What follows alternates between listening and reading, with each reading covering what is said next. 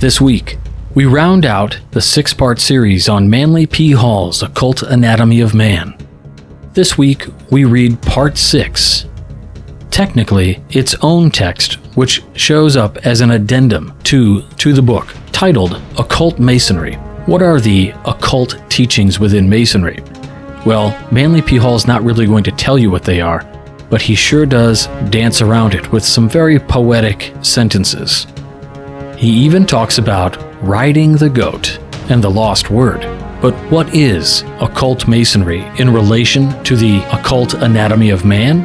Well, you'll just have to listen to find out. Stay tuned. Welcome back to Whence Came You, a Masonic podcast featuring research papers and discussions related to Freemasonry. Here's your host, Brother Robert Johnson. Welcome back to the show. This is episode number 603. I'd love to thank our supporters of the program, those contributors, fellows, producers, and legacy partners of the WCY podcast. It is because of you we can continue to make quality Masonic education week after week, month after month, and year after year. Since 2011, we've been doing this with your help, creating unique, trusted Masonic education and education to its, what we might call, kindred sciences, as Albert Mackey once said. How can you donate? Well, it works through Patreon, it works through PayPal, or you can do a one-time donation. However you'd like, it all goes back into the production of this program. So thank you in advance. If you're curious on how you can help the WCY podcast, head on over to WCYpodcast.com and click on Support the Show. Thanks in advance. Now this week, as you know, we are finishing up our series on the Occult Anatomy of Man. We have been reading each part each week from the original text by Manly P. Hall, titled the same, The Occult Anatomy of Man. There are 6 parts. This week we're going to read Part 6, and what is interesting about Part 6 actually is that it's called Occult Masonry, and it is a direct appended treatise that was initially published separately, but then later became part of the printed work in whole, which initially was just titled The Occult Anatomy of Man. Now, if you were to say go to the Philosophical Research Society in California and go to the bookstore, you might see it called The Occult Anatomy of Man and Occult Masonry. But the section on Occult Masonry does not necessarily necessitate an entire new published work. It is no longer than any of the other chapters in the text. I also want to mention that we are on the cusp of releasing the Occult Anatomy / Temple of Solomon issue of the Lyceum, which is currently a publication of my design through the Grand Lodge of Illinois Education Committee. And this was requested by the members of Illinois. So, without any further delay, let's get into The Occult Anatomy of Man, Part 6. Note: to this work is appended a treatise, which was published separately some years ago, but has been out of print for some time. The treatise has a direct bearing upon the subject of anatomical symbolism, showing how the principles outlined in the preceding pages work out when applied to different world problems of today. Occult Masonry. To the student of mystic masonry, one problem eternally presents itself. He knows it under many names. It is told to him in many symbols, but briefly it may be defined as the purification and liberation of spirit and body from the bane of crystallization and materiality. In other words, he is seeking to rescue the life buried amidst the ruins of his fallen temple and restore it to its rightful place as the keynote of his spiritual arc. When studying ancient masonry, we are dealing with one of the first revelations of what we know as the wisdom teachings. Like other great mysteries, it consists solutions to problems of everyday existence. It may seem of little use to us now to study these ancient abstract symbols, but in time, every student will realize that the things he now casts aside as worthless are the jewels which one day he will need. Like the centaur in the zodiac, man is eternally striving to lift his human consciousness from the body of the animal.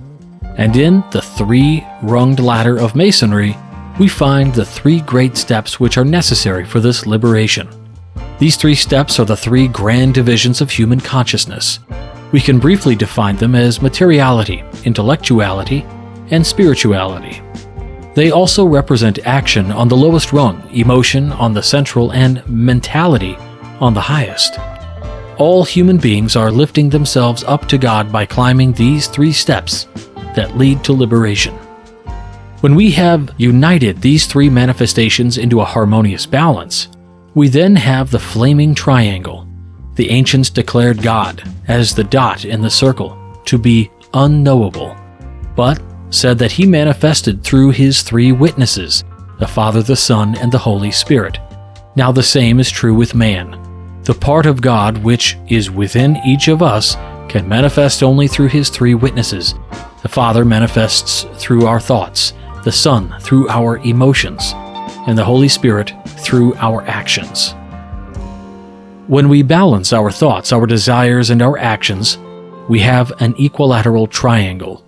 When man's purified life energies radiate through these 3 witnesses, we have a halo of flame added to the triangle, in the center of which is God, the unknowable and unthinkable one, the Yod, or the flaming letter of the Hebrew alphabet, the abyss, which no one can understand but from which all things come.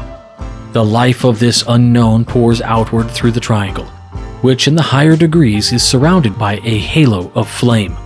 The halo is the soul built from the transmuted thought, action, and desire, the eternal triangle of God. Among Masonic symbols is the beehive, called the symbol of industry, for it clearly demonstrates how man should cooperate with his fellow men for the mutual development of all. It also contains a much deeper message, for each living soul is a bee that travels through life and gathers the pollen of wisdom from the environments and experiences of life. As the bee gathers the honey from the heart of the flower, so each of us should extract the spiritual nectar from each happening, each joy, and each sorrow, and incorporate it into the great beehive of experience, the soul body of man.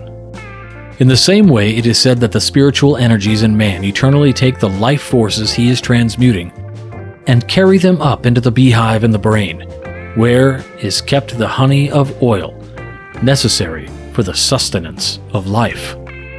The ancient gods are said to have lived on nectar and not to have eaten or drunk like other men. It is quite true that honey gained or extracted from coping with the problems of everyday life is the food of the higher man. While we eat at the well-laden board, it would be well for us to consider whether or not the spiritual man is also nourished and developed by the things which we have transmuted in our own lives. An ancient philosopher once said that the bee extracts honey from the pollen of the flower, while from the same source the spider extracts poison. The problem which then confronts us is, are we bees or spiders? Do we transform the experiences of life into honey, or do we change them into poison? Do they lift us, or do we eternally rebel against the pricks of the flower? Many people become soured by experience, but the wise one takes the honey and builds it into the beehive of his own spiritual nature. It is well for us to consider the grip of the lion's paw, one of the world's oldest symbols of initiation. In ancient times, the neophyte, on his way through the mysteries of Egypt's temples, was finally buried in a great stone coffer for the dead, later to be raised to life again by the master initiate in his robes of blue and gold. When the candidate was thus raised, the Grand Master wore upon his arm and hand the paw of a lion as a glove, and it was said of the newly raised disciple that he had been brought to life by this grip. The Hebrew letter Yod, which is used in the center of the triangle, and is sometimes a symbol of spirit because of its flame-like appearance, means, according to the Kabbalist, a hand that is stretched forth. We understood this to symbolize the sun spirit in man, which is said to be enthroned in the sign of Leo, the Lion of Judah. And as the fruits of the fields and the seedlings are grown and developed through the sun's rays, so it is said that the crystallization of man is broken up and dispelled by the light of the spiritual sun which raises the dead with its power and liberates the latencies of life. The spirit in man, with its eyes that see in the dark, is ever striving to lift the lower side of his own nature to union with itself. When the lower man is thus raised from materiality by the higher ideals which unfold within his own being, it is said that the spirit of a light and truth has raised the candidate of initiation by the grip. Consider the symbolism of the two Johns as we find them in the Masonic ritual. John means ram, and the ram is symbolical of the animal passions and propensities of man. In John the Baptist, dressed in the skins of animals, these passions are untransmuted, while in John the Evangelist they have been transmuted until the vehicles and powers which they represent have become the beloved disciples of the Christ life in man. We often hear the expression riding the goat or climbing the greased pole. This is of symbolic import to those who have eyes to see, for when man masters his lower animal nature, he can say honestly that he is riding the goat. And if he cannot ride the goat, he cannot enter the temple of initiation. The greased pole, which he must climb, refers undoubtedly to the spinal column, and it is only when the consciousness of man climbs up this column into the brain that he can take the degrees of Freemasonry. The subject of the lost word should be considered as an individual problem. Man, himself, that is, the true principle, may be called the lost word, but it is better to say that it is a certain something radiating from man, which constitutes a password recognized by all members of the craft. When man, as the architect of his temple, abuses and destroys the life energies within himself, then the builder, after having been murdered by the three lower bodies, carries with him to the tomb where he has laid the word, which is the proof of his position. Abuse of mental, physical, or spiritual powers results in the murder of energy, and when this energy is lost, man loses with it the sacred word.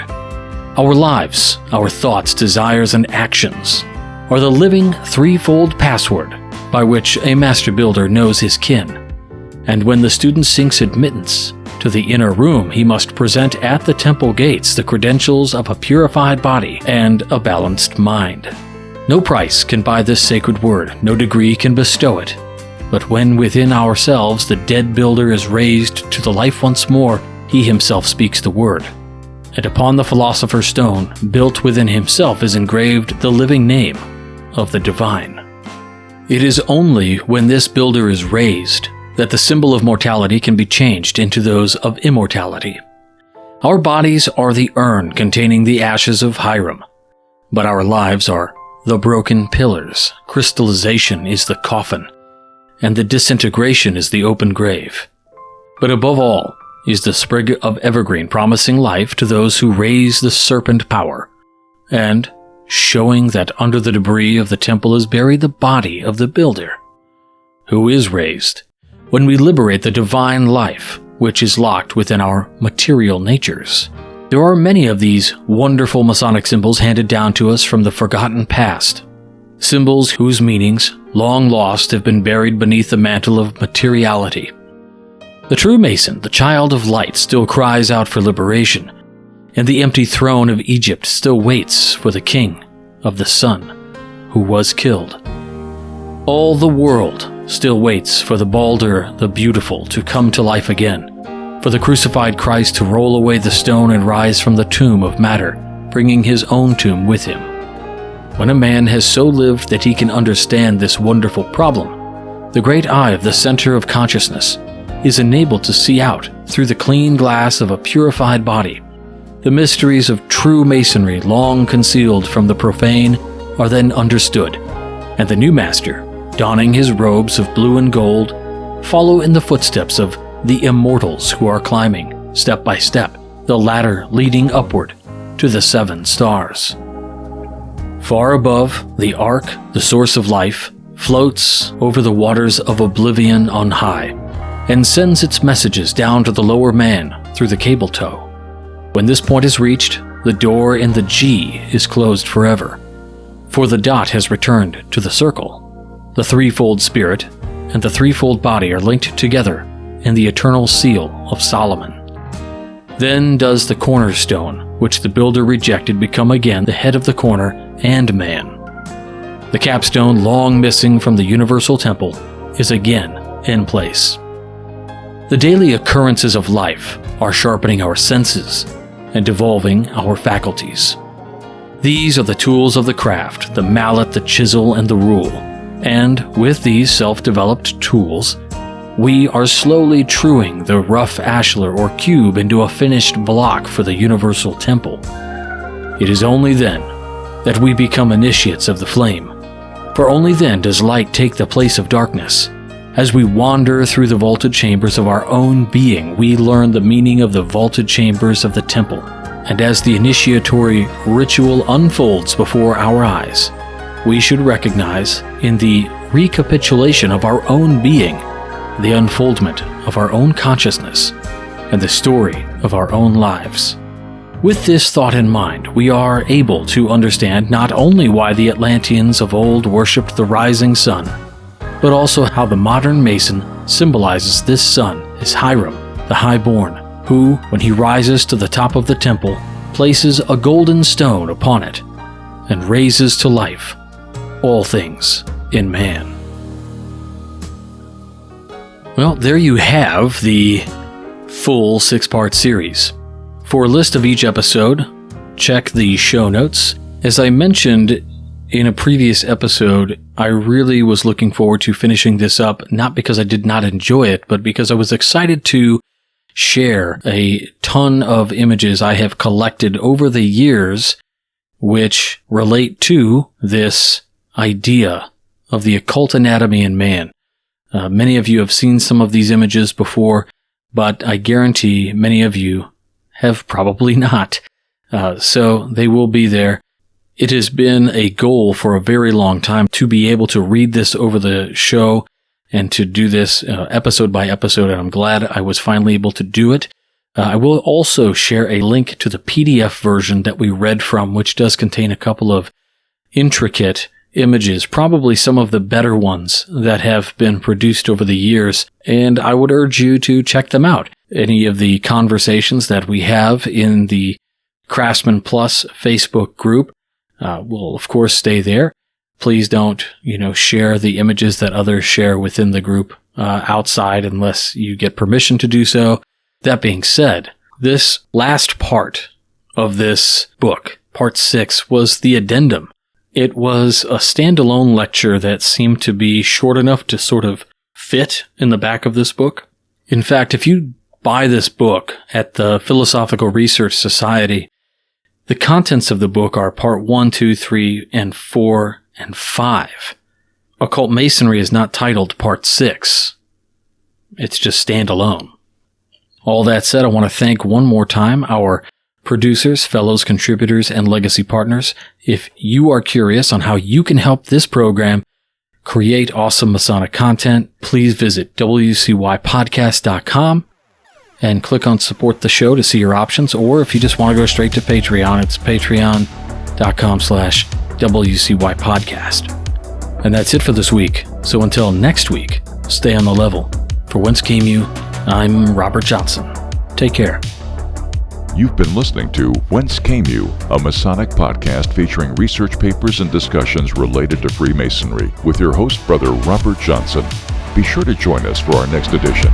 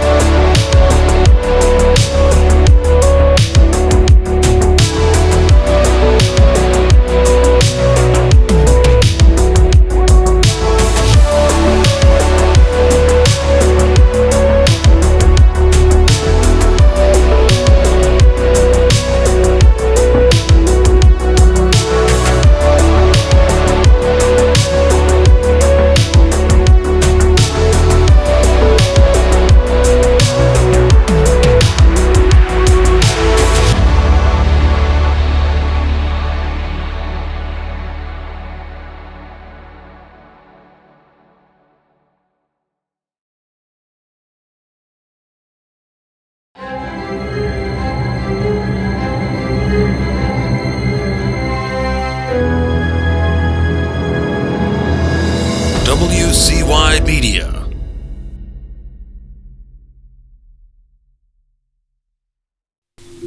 That's it. Yes, you're up.